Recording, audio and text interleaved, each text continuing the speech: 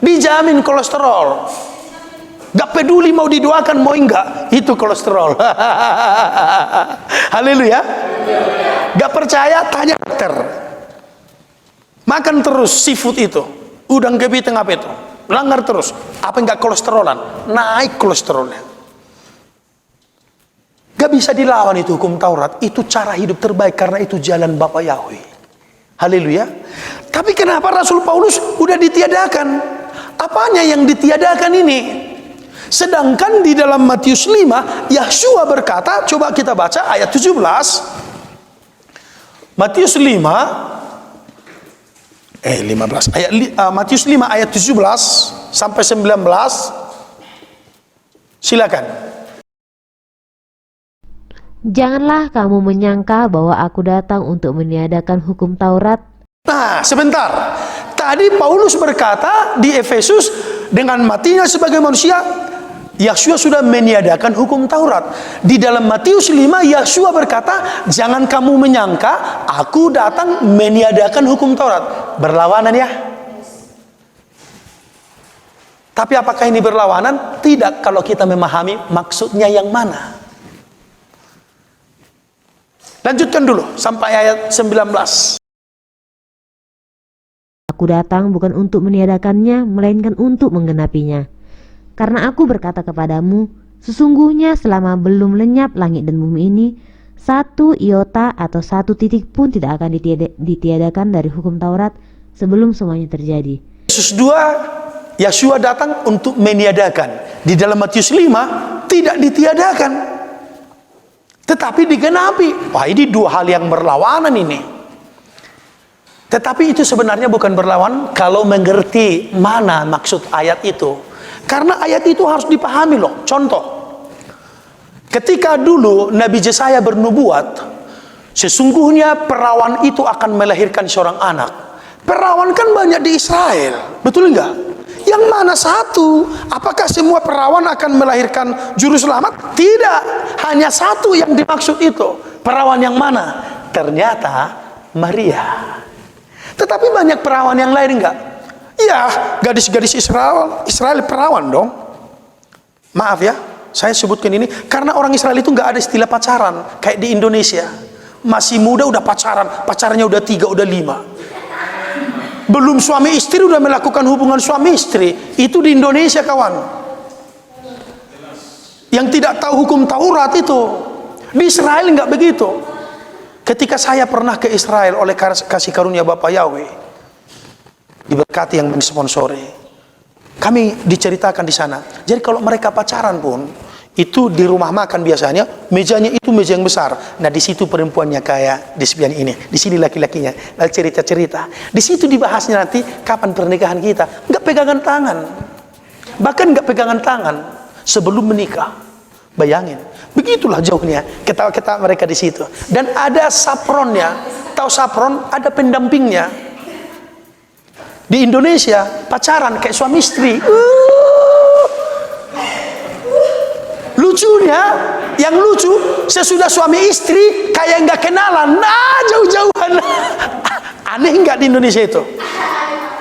Waktu pacaran kayak suami istri, udah suami istri makan pun istri orang yang dilihati, istrinya di mana nggak dilihat. Di Indonesia itu aneh, karena mereka menolak Taurat Yahweh. Yang benar adalah sesudah suami istri baru gandeng istrinya, peluk mesra. Wah. Harus diubahkan, harus dipulihkan. Amin. Jadi kayak udah suami istri masih kayak pacaran, ketawa-ketawa, iya. Ngomong mesra, tambah mak Indominya mak. Wah, ditambah, dilihat orang. Senang orang melihatnya. Iya kan? Jangan masih muda udah kayak suami istri, itu nggak benar itu. Oke, jadi di Israel itu banyak perawan. Perawan yang mana satu? Nah, Rasul Paulus berbicara hukum Taurat sudah ditiadakan. Ingat hukum Taurat yang mana? 613 poin itu hukum Taurat di Perjanjian Lama. Apa seluruhnya? Jangan membunuh, itu hukum Taurat enggak. Jadi itu udah dibatalkan, berarti udah boleh membunuh lah, udah batal itu. Oh, nggak boleh kawan, jangan salah mengerti. Hukum Taurat berkata jangan berzina. Ah, sudah boleh berzina. Udah dibatalkan. Oh, jangan salah paham. Harus pahami yang mana? Saya akan tunjukkan nanti. Tapi bacakan dulu ayat 19 tadi, Matius 5 itu. Karena itu, siapa yang meniadakan salah satu perintah hukum Taurat, sekalipun yang paling kecil, dan mengajarkannya demikian kepada orang lain, ia akan menduduki tempat yang paling rendah di dalam kerajaan surga. Tetapi siapa yang melakukan dan mengajarkan segala perintah-perintah hukum Taurat, ia akan menduduki tempat yang tinggi di dalam kerajaan surga.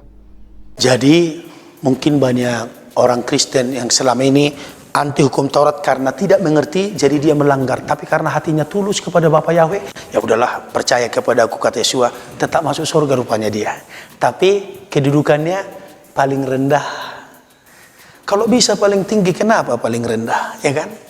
Tetapi siapapun yang mengajarkan hukum Taurat dan melakukannya, dia kedudukannya tinggi di dalam kerajaan surga. Kalau begitu, yang mana yang dimaksud Rasul Paulus yang dibatalkan itu? Saya mau tunjukkan dulu apa juga yang dikatakan Tuhan Yesus dalam Lukas 16 ayat 16.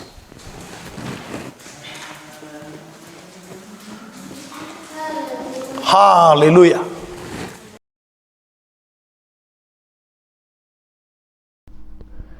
Hukum Taurat dan kitab para nabi berlaku sampai kepada zaman Yohanes, dan sejak waktu itu kerajaan Elohim diberitakan, dan setiap orang yang menggagahinya berebut memasukinya. Yang mana yang dimaksudkan Tuhan itu? Yang mana juga yang dimaksudkan Rasul Paulus tadi? Nah, sekarang apa yang ditunjuk Rasul Paulus itu adalah dalam Keluaran 24, kita baca mulai ayat 3 sampai 8. Inilah yang ditunjukkan oleh baik oleh Lukas 16 mulai ayat 3 sampai 8. Perhatikan. Inilah yang dikatakan itu, dengan matinya sebagai manusia, hukum Taurat dengan segala perintah dan ketentuannya telah disalibkan. Inilah itu, ayat yang ini. Coba dibaca.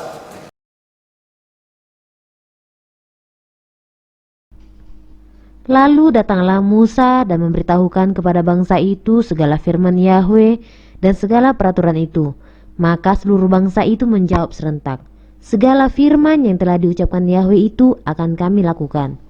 Lalu Musa menuliskan segala firman Yahweh itu. Keesokan harinya pagi-pagi didirikannya lah mezbah di kaki gunung itu dengan 12 tugu sesuai dengan ke-12 suku Israel. Kemudian disuruhnyalah orang-orang muda dari bangsa Israel, maka mereka mempersembahkan korban bakaran dan menyembelih lembu-lembu jantan sebagai korban keselamatan kepada Yahweh. Sesudah itu Musa mengambil sebagian dari darah itu, lalu ditaruhnya ke dalam pasu, sebagian lagi dari darah itu disiramkannya pada mezbah itu. Diambilnyalah kitab perjanjian itu, lalu dibacakannya dengan didengar oleh bangsa itu, dan mereka berkata, segala firman Yahweh akan kami lakukan dan akan kami dengarkan. Kemudian Musa mengambil darah itu dan menyiramkannya pada bangsa itu, serta berkata, inilah darah perjanjian yang diadakan Yahweh dengan kamu berdasarkan segala firman ini. Apa yang dikatakan Rasul Paulus, hukum Taurat dengan matinya di kayu salib, hukum Taurat dengan segala ketentuannya disalibkan, telah ditiadakan. Yang ini, yaitu untuk membuat korban keselamatan harus disembelih lembu-lembu jantan. Jelas ini sudah berhenti. Inilah juga yang ditunjukkan Tuhan Yesus ketika dia berkata, kitab Taurat dan kitab para nabi berlaku sampai zaman Yohanes. Karena setelah Yeshua datang, korban ini akan digantikan dengan korban dirinya sendiri, korban tubuhnya. Jadi tidak lagi perlu korban sembelihan untuk keselamatan, yaitu lembu jantan. Diambil darahnya untuk disiramkan. Inilah yang dimaksud Rasul Paulus, baik di Galatia pasal yang ketiga, hukum Taurat yang ini. Apakah kamu mengharapkan keselamatan dari hukum Taurat? Maksudnya orang Israel sulit meninggalkan Taurat karena itu sudah mendarah daging. Karena setiap mereka berdosa, setiap tahun mereka harus membawa lembu untuk disembelih untuk pengampunan dosa mereka. Ketika Yeshua datang, ketika Rasul Paulus memberitakan keselamatan di dalam Yeshua, sulit mereka terima. Karena mereka sudah terbiasa membakar menyembelih lembu untuk keselamatan mereka. Inilah yang dikatakan Rasul Paulus ditiadakan. Apakah saya mengarang-ngarang? Mau lebih jelas lagi? Buka Ibrani pasal 9. Mulai ayat yang ke-9.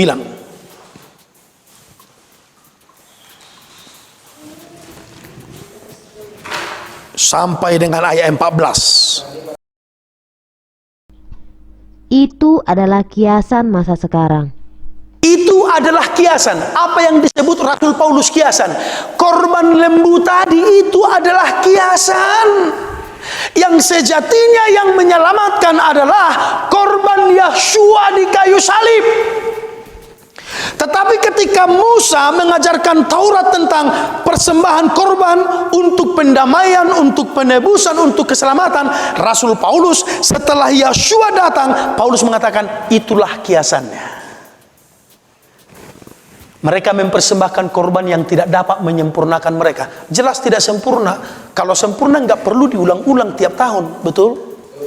Korban Yahshua sempurna, makanya nggak perlu Yahshua disalibkan berulang-ulang. Sekali dia mati tersalib, sudah selesai. Siapapun yang beriman kepada korbannya diampuni dan diselamatkan.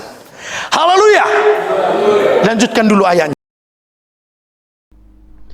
Karena semuanya itu di samping makanan, minuman, dan pelbagai macam pembahasuan hanyalah peraturan-peraturan untuk hidup insan. Makanan dan minuman, jangan makanan dan minuman ini bukan sama dengan Imamat 11. Makanan dan minuman, ketika daging contoh lembu itu, kan itu ada yang korban yang terbakar seluruhnya, ada yang bagian dalamnya dibakar, hanya bagian dalam lemak-lemaknya. Tetapi pahanya, dadanya itu bagian imam, bagian ekornya ini bagian imam. Jadi soal makanan imam-imam, karena itu diajarkan siapa yang mempersembahkan korban itu nanti bagi dia paha entah dada bagian depan. Nah itu peraturan-peraturan yang itu maksudnya. Haleluya. Dan contohnya ada anak imam yang perempuan. Kalau dia masih gadis, boleh makan persembahan itu. Tapi kalau sudah menikah, apalagi bukan keturunan imam, nggak boleh lagi dia makan persembahan itu. Peraturan-peraturan ini yang ditiadakan. Hai saudara-saudaraku, berbagai macam pembasuhan sebelum itu dipersembahkan korban wajib dibasuh. Bukan langsung dipotong, langsung dibakar, enggak. Itu dibasuh daging-dagingnya karena harus bersih, harus murni. Yahshua, firman Bapa Yahweh mengajarkan itu, kebersihan itu. Orang kemah kita pun disuruh bersih, apalagi persembahan yang sempurna. Korban itu enggak boleh ada cacat, enggak boleh ada koreng, enggak boleh ada bekas luka, harus yang sempurna. Karena itu kiasan, gambaran menunjuk kepada Yahshua, pribadi yang sempurna, tidak bercacat celah. Amin. Lanjutin ayatnya. Tetapi Hamasya telah datang sebagai imam besar untuk hal-hal yang baik yang akan datang. Ia telah melintasi kemah yang lebih besar dan yang lebih sempurna, yang bukan dibuat oleh tangan manusia, artinya yang tidak termasuk ciptaan ini.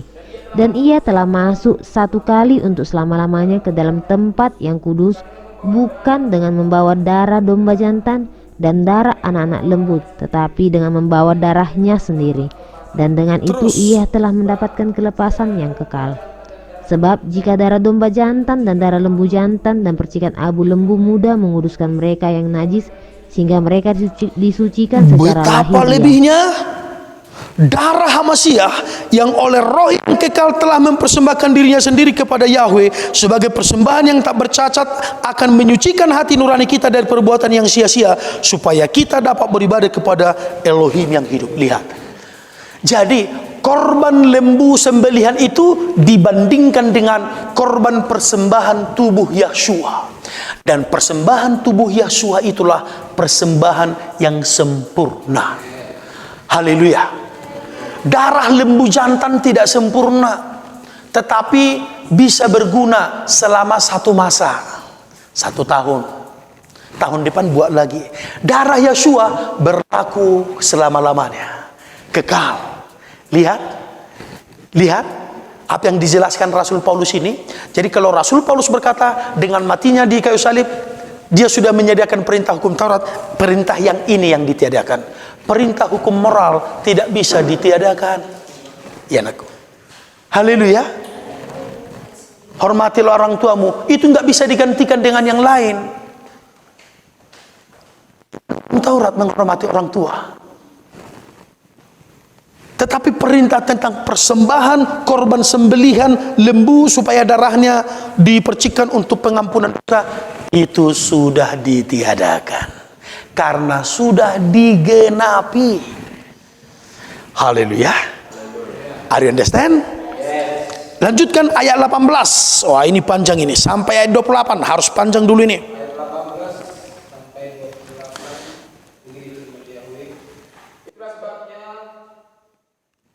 Perjanjian. Itulah sebabnya, maka perjanjian yang pertama tidak disahkan tanpa darah. Sebab sesudah Musa memberitahukan semua perintah hukum Taurat kepada seluruh umat, ia mengambil darah anak lembu dan darah domba jantan serta air dan bulu merah dan hisop, lalu memercikkan kitab itu sendiri dan seluruh umat, sambil berkata, inilah darah perjanjian yang ditetapkan Elohim bagi kamu. Dan juga kemah dan semua alat untuk ibadah dipercikkannya secara demikian dengan darah. Dan hampir segala sesuatu disucikan menurut hukum Taurat dengan darah, dan tanpa penumpahan darah tidak ada pengampunan. Berhenti dulu. Bukankah itu tadi isinya Keluaran 24? Lalu Musa mengambil sebagian darah itu dan memerciki umat itu dan kitab itu. Dan dia berkata, inilah darah perjanjian. Haleluya. Firman Tuhan tidak ada yang berlawanan kalau dimengerti. Tetapi kalau tidak dimengerti, seolah-olah ada yang berlawanan. Tetapi ketika kita sudah mengerti, oh itu semua sinkron, selaras. Amin. Gak ada yang berlawanan ternyata. Lanjutkan ayat 23. Jadi segala sesuatu yang melambangkan apa yang ada di surga haruslah ditahirkan secara demikian. Tetapi benda-benda surgawi sendiri oleh persembahan-persembahan yang lebih baik daripada itu. Sebab Hamasya bukan masuk ke dalam tempat kudus buatan tangan manusia yang hanya merupakan gambaran saja dari yang sebenarnya, tetapi ke dalam surga sendiri untuk menghadap hadirat Elohim guna kepentingan kita. Dan ia bukan masuk untuk berulang-ulang mempersembahkan dirinya sendiri, sebagaimana imam besar setiap tahun masuk ke dalam tempat kudus dengan darah yang bukan darahnya sendiri. Sebab jika demikian ia harus berulang-ulang menderita sejak dunia ini dijadikan. Tetapi sekarang ia hanya satu kali saja menyatakan dirinya pada zaman akhir untuk menghapuskan dosa oleh korbannya. Dan sama seperti manusia ditetapkan untuk mati hanya satu kali saja dan sesudah itu dihakimi. Demikian pula Hamasya hanya satu kali saja mengorbankan dirinya untuk menanggung dosa banyak orang. Sesudah itu ia akan menyatakan dirinya sekali lagi tanpa menanggung dosa untuk menganugerahkan keselamatan kepada mereka yang menantikan dia. Haleluya. Hukum Taurat udah jelas yang dibahas Rasul Paulus ini. Hukum Taurat yang dibahas dia itulah hukum Taurat korban sembelihan untuk pendamaian, untuk keselamatan. Itu yang tidak sempurna, maka digantikan dengan korban Hamasyah yang sempurna. Udah jelas? Udah jelas? Haleluya. Topik ini jujur sejujur-jujurnya masih perdebatan besar di tengah-tengah teologi Kristen. Baik S1, baik S2, bahkan profesor. Topik ini masih perdebatan besar. Tapi Tuhan telah menolong kita melihat, mengerti. Oh, kalau hukum Taurat ditiadakan semua, ya udah liar lah kita ini seperti lembu lepas kandang. Gak ada aturan lagi, iya kan?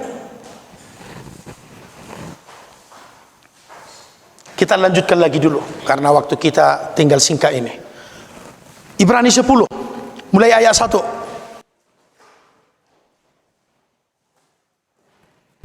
Ibrani 10 ayat 1. Di dalam hukum Taurat hanya terdapat bayangan saja dari keselamatan yang akan datang, dan bukan hakikat dari keselamatan itu sendiri. Karena itu dengan korban yang sama yang setiap tahun terus-menerus dipersembahkan Hukum Taurat tidak mungkin menyempurnakan mereka yang datang mengambil bagian di dalamnya. Perhatikan, di dalam hukum Taurat hanya terdapat bayangan.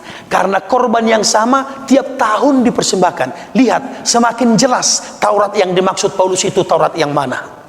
Ya Tauratnya Taurat pengorbanan binatang itu. Udah jelas toh? Haleluya. Lanjut.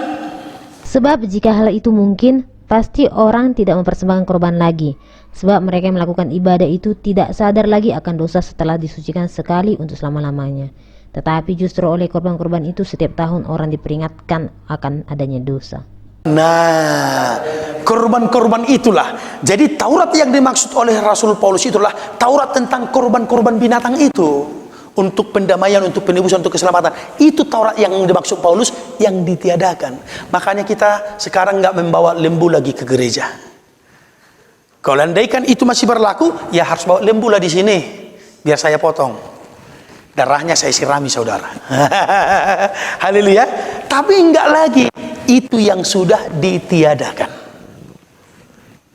Haleluya. Peraturan yang lain tetap berlaku. Lanjutkan.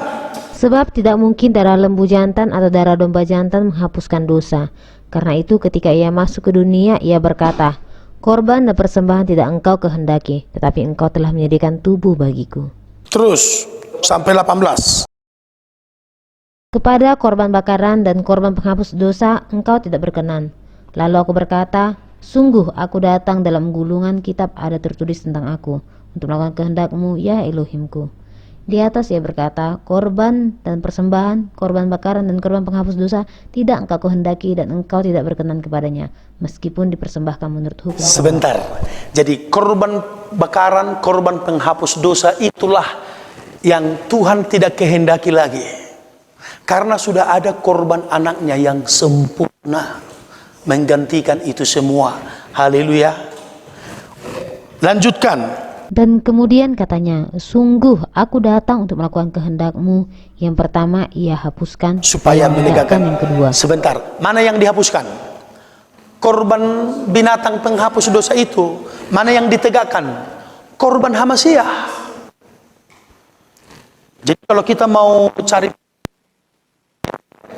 cari korban Hamasiah, imani korban Hamasiah, bukan lagi korban hewan. Lanjutkan. Dan karena kehendaknya lah, inilah kita telah dikuduskan satu kali untuk selama-lamanya oleh persembahan tubuh Yeshua Hamasiah. Dikuduskan oleh apa? Persembahan tubuh Yeshua. Itulah yang menguduskan kita, menyelamatkan kita. Lanjut. Selanjutnya setiap imam melakukan tiap-tiap hari pelayanannya dan berulang-ulang mempersembahkan korban yang sama sekali tidak dapat menghapuskan dosa. Ini imam-imam orang Israel yang karena mereka tidak percaya Yeshua, makanya tiap-tiap hari mereka terus persembahkan korban.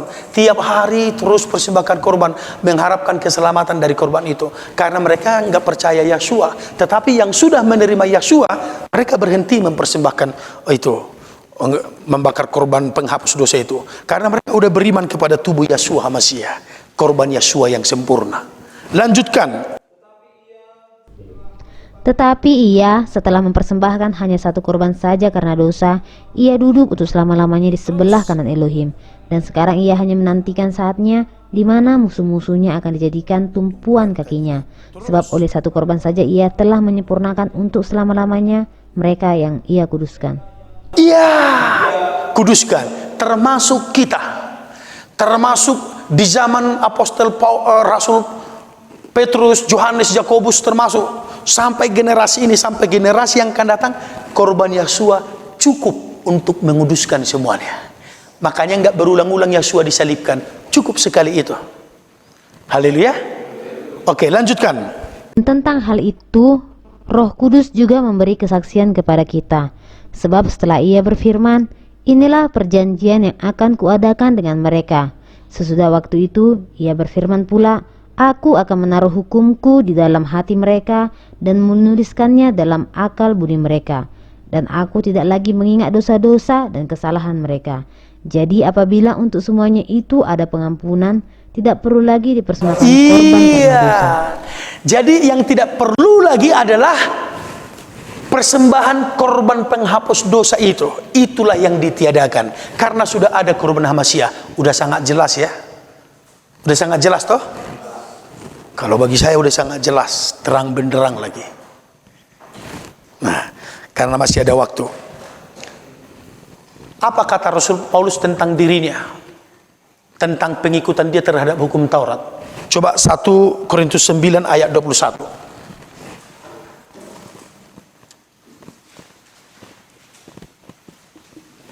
1 Korintus 9 ayat 21, bahwa sekalipun Rasul Paulus tidak lagi hidup di bawah hukum Taurat, di bawah peraturan yang tadi, bahwa untuk pengampunan dosa harus bikin korban keselamatan, korban penghapus dosa, sembelih lembu.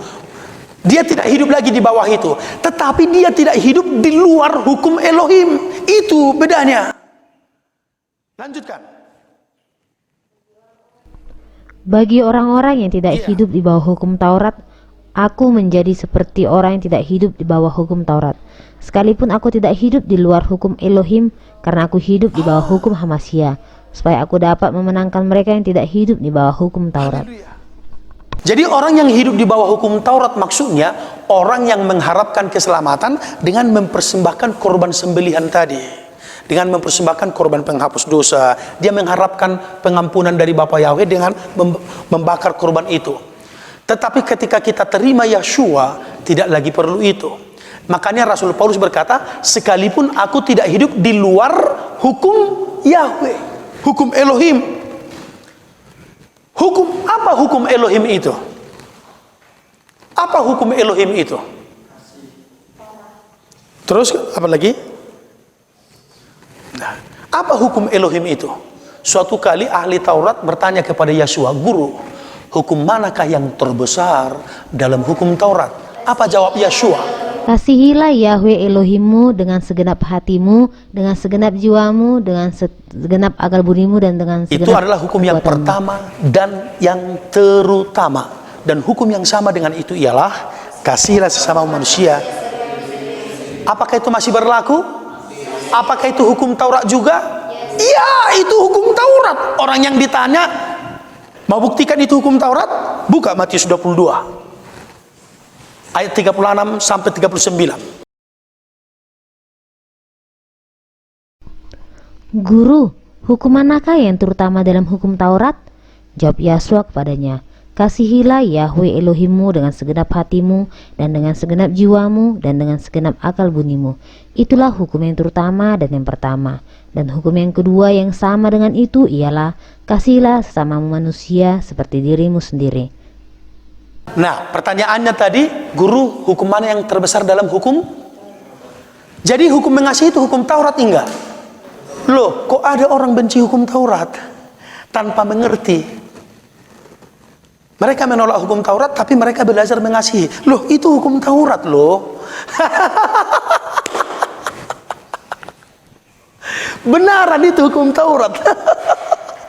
Ditanya sama ahli Taurat itu, guru, mana yang terbesar dalam hukum Taurat? Tuhan jawab, kasihilah Yahweh Elohim itu di dalam hukum mana tertulis itu? Dalam Ulangan 6 ayat 5. Itu di apa sama Tuhan Yeshua dari ayat Ulangan 6 ayat 5. Coba baca Ulangan 6 ayat 5, sama bunyinya. Silakan. Itu hukum Taurat, itu tidak batal, saudara-saudaraku. Oh, kalau ada temanku pendeta, hamba Tuhan, pelayan Tuhan, jangan katakan hukum Taurat batal. Harus dipahami mana yang dibatalkan, yang ditiadakan, mana yang masih berlaku. Yang ditiadakan adalah korban penghapus dosa dari korban binatang, digantikan oleh tubuh Yeshua. Sekarang baca Ulangan 6 ayat 5. Kasihilah Yahweh Elohimmu dengan segenap hatimu, dan dengan segenap jiwamu, dan dengan segenap kekuatanmu, dan dengan segenap akal budimu. Amin. Kan itu Ulangan, hukum Taurat. Orang yang ditanya juga, mana hukum yang besar dari hukum Taurat? Tuhan jawab, masih berlaku enggak itu? Masih. Lebih mudah langit dan bumi berlalu daripada ayat ini tidak berlaku. Jadi harus bisa memilah-milah, harus bisa membedakan. Jangan pikir seluruh hukum Taurat ditiadakan. Oh, fatal kalau begitu.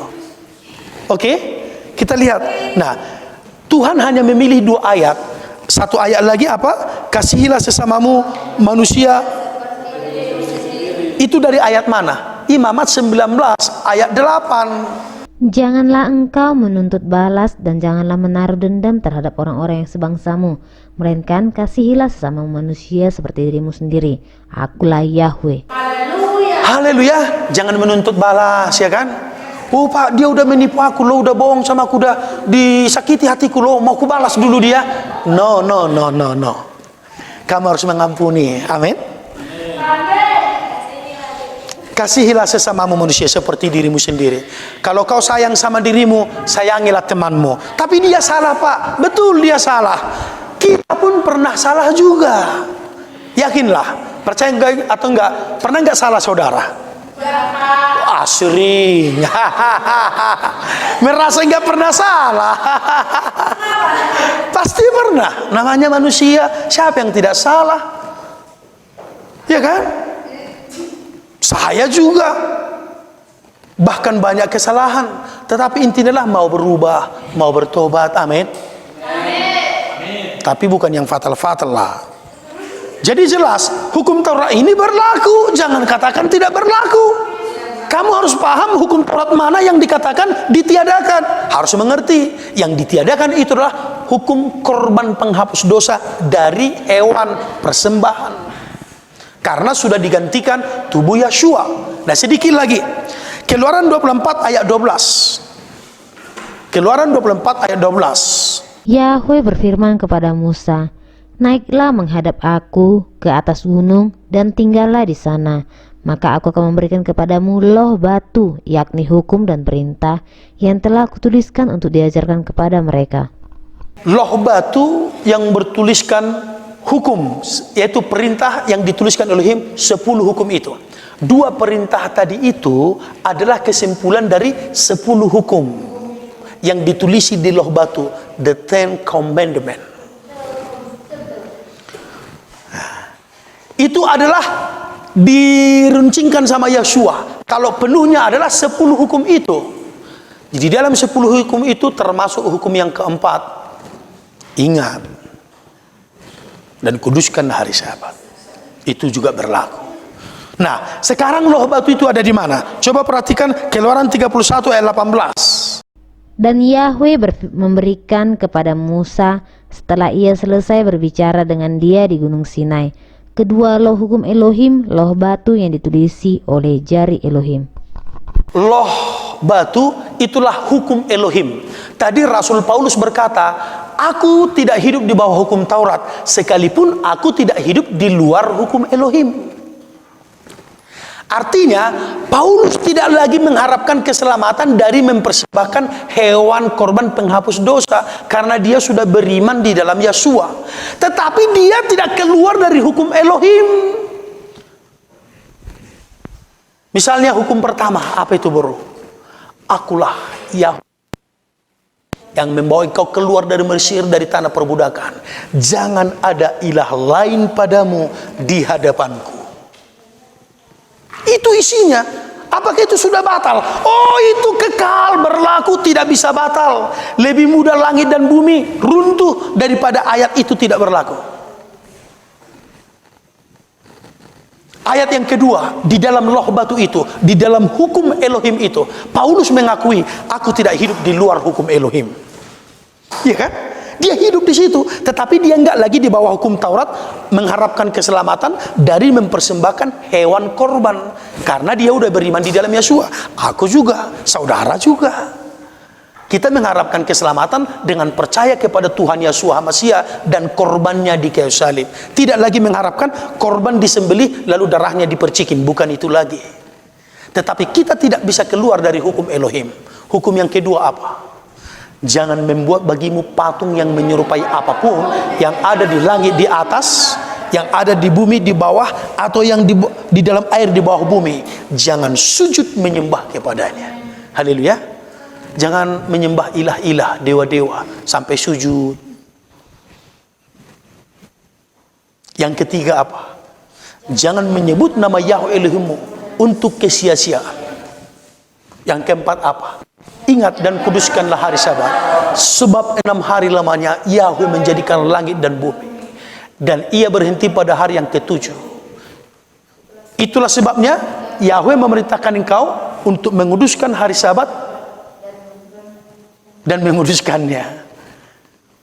Engkau tidak boleh bekerja pada hari itu, baik engkau maupun anakmu laki-laki atau anakmu perempuan, baik budakmu laki-laki atau budakmu perempuan, baik hewanmu atau lembumu atau keledaimu. Haleluya. Masih berlaku? Di banyak tempat itu tidak berlaku, kawan. Karena mereka meyakini hukum Taurat tidak berlaku lagi. Salah kaprah. Tetapi ini bukan penghakiman, tetapi itu jelas salah kaprah, salah memahami. Yang kelima apa?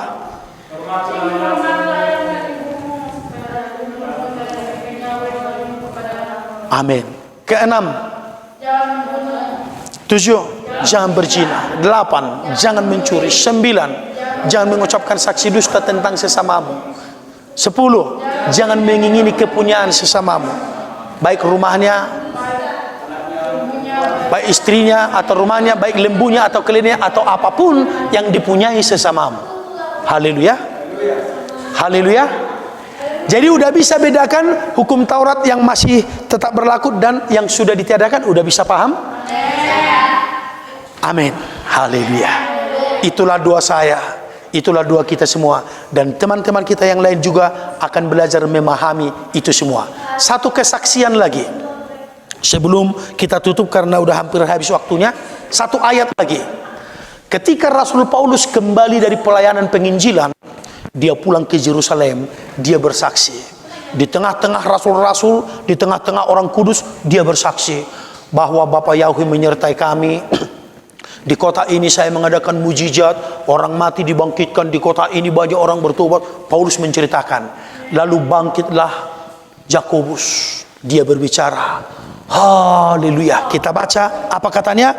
Kisah Rasul 21 mulai ayat 20. Mendengar itu mereka memuliakan Elohim. Lalu mereka berkata kepada Paulus, "Saudara, lihatlah, beribu-ribu orang Yahudi telah menjadi percaya dan mereka semua rajin memelihara hukum Taurat." Oh, apa kesaksian Rasul itu? Saudara, lihatlah, juga orang Yahudi udah banyak percaya loh, dan mereka semakin rajin memelihara Taurat. Apakah Taurat berlawanan dengan kasih karunia? Tidak, ternyata itu sejalan. Ketika dipahami ternyata itu sejalan. Orang-orang Yahudi yang tadinya tidak lagi suka membaca firman, tidak lagi suka membaca Taurat, ketika mereka percaya Yahshua, malah giat mereka membaca. Oh iya ya, oh ini nubuatan yang dinubuatkan para nabi ya. Justru mereka makin percaya. Itulah jemaat gereja mula-mula. Haleluya. Jadi bukan berlawanan, kawan. Hanya dibutuhkan pengetahuan akan firman. Ya kan? Kalau hanya tahu sepenggal-sepenggal, ya janganlah dulu. Ya kan? Minta maaf ya, minta maaf. Banyak orang sekolah teologi, dia membaca Alkitab setelah sekolah teologi itu. Sebelumnya dia nggak pernah baca Alkitab atau jarang lah. Lalu tamat sekolah teologi, langsung, hukum Taurat tidak berlaku lagi. Fatal. Minta maaf.